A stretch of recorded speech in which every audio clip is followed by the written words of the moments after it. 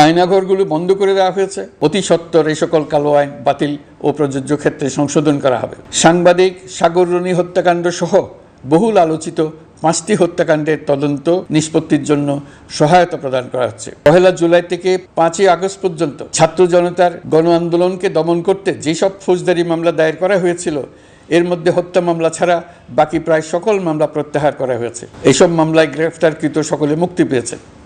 দায়িত্ব গ্রহণের শুরুতেই অন্তর্বর্তীকালীন সরকার বিচার বিভাগের বড় সংস্কারের কাজে হাত দিয়েছে।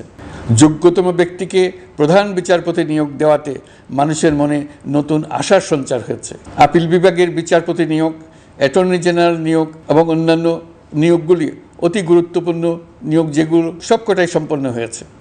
সন্ত্রাস দমন আইন ও ডিজিটাল সাইবার নিরাপত্তা আইনে দায়েরকৃত মিথ্যা হয়রানিমূলক মামলাগুলো প্রত্যাহার করা হচ্ছে। সাইবার নিরাপত্তা আইন সহ বাংলাদেশে বিদ্যমান সকল কালো আইনের তালিকা করা হয়েছে। অতি সত্বর এই সকল কালো আইন বাতিল ও প্রযোজ্য ক্ষেত্রে সংশোধন করা হবে। সাংবাদিক সাগর রনি হত্যাকাণ্ড সহ বহুল আলোচিত 5টি হত্যাকাণ্ডের তদন্ত ও বিচার অগ্রাধিকার ভিত্তিতে ও দ্রুততম সময়ে নিষ্পত্তির জন্য সহায়তা প্রদান করা হচ্ছে।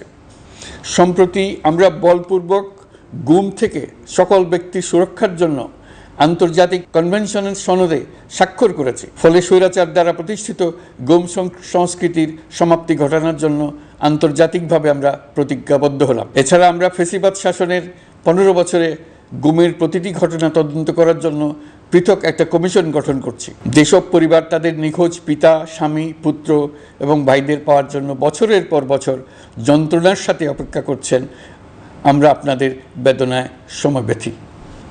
আয়নাঘরগুলো বন্ধ করে দেওয়া হয়েছে এবং সেই সাথে বের হয়ে আসছে ফ্যাসিস্ট হাসিনা সরকারের গুমের শিকার ভাই বোনদের কষ্ট ও যন্ত্রণা গাথা।